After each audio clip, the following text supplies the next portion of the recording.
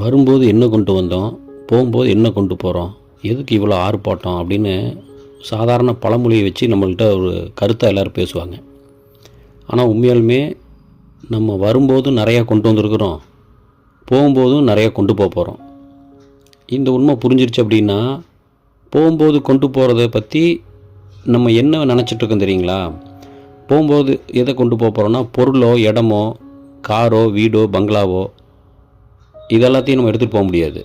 ஆனால் இது எல்லாத்தையும் சுமக்கிறது என்னுடையதுன்னு சுமக்கக்கூடிய அந்த மனப்பதிவு இருக்குது பார்த்தீங்களா? அதுதான் பிரச்சனையே. ஒரு பொருள் கூட வாங்கின பொருள் உடஞ்சிருச்சோ அல்லது பழசாயிருச்சுன்னா அதை நம்ம தூக்கி போட்டு கடாசிடுவோம்.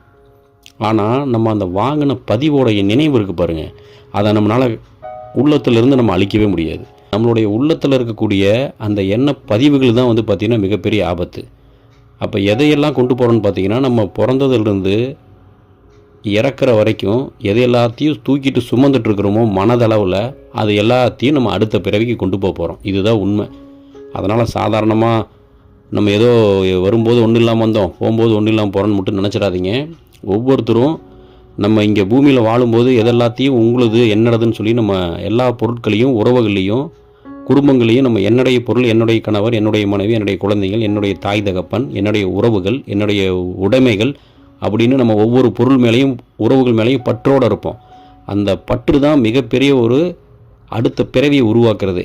அந்த பற்று இல்லாமல் வாழ்கிறது எப்படிங்கிறத உணர்றது தான் நம்ம உண்மையான இறைவனை உணர்றது. நீங்கள் உண்மையான இறைவனை உணர்ந்துட்டீங்க, அகத்தில் ஞானம் அடைஞ்சிட்டிங்க அப்படின்னா உங்களுக்கு இது மேலே எல்லாத்தையும் பார்த்திங்கன்னா அழுத்தங்கள் அதிகமாக இருக்காது. என்னுடையது என்ற ஆர்வமும் அழுத்தமும் அதிகமாக இருக்காது. லேசாக வாழ பழகிக்குங்க. இந்த ப்ராக்டிக்கலான லைஃப் உங்களுக்கு புரிஞ்சிடும்.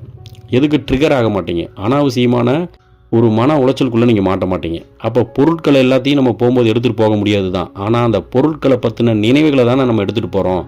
எதுவுமே உங்களுக்கு இல்லை, கொடுக்கப்பட்ட வாய்ப்பு உங்களுக்கு அனுபவிக்கிறதுக்காக தான். என்னடைந்து நீங்கள் நினச்சிங்க அப்படின்னா அது உங்களது கிடையாது. அது நீங்கள் பயன்படுத்துறதுக்காக உங்களுக்கு கொடுக்கப்பட்டது. அது உங்கள் பயன்பாட்டை முடித்து விட்டு நீங்கள் வேறொருத்துக்கு அதை கொடுத்துட்டு போக தான் போகிறீங்க. சொந்தமாக ஒரு கார் வாங்கினாலுமே அது உங்களுக்கு கிடையாது. நீங்கள் பயன்படுத்துகிற வரைக்கும் தான் அது உங்களுக்கு ஆனது. உங்களுடைய பயன்பாடு முடிஞ்சது அப்படின்னா ஒன்று அதை ரீசேல் பண்ணி வேறு யாருக்காவது கொடுத்துருவீங்க, இல்லைன்னா விட்டுட்டு போயிடுவீங்க. உங்களை சார்ந்தவங்க வேறு யாராவது அதை பயன்படுத்துவாங்க. அதனால் இந்த உலகத்தில் எதுவுமே நிரந்தரம் இல்லாதது, எதுவுமே உங்களது இல்லை.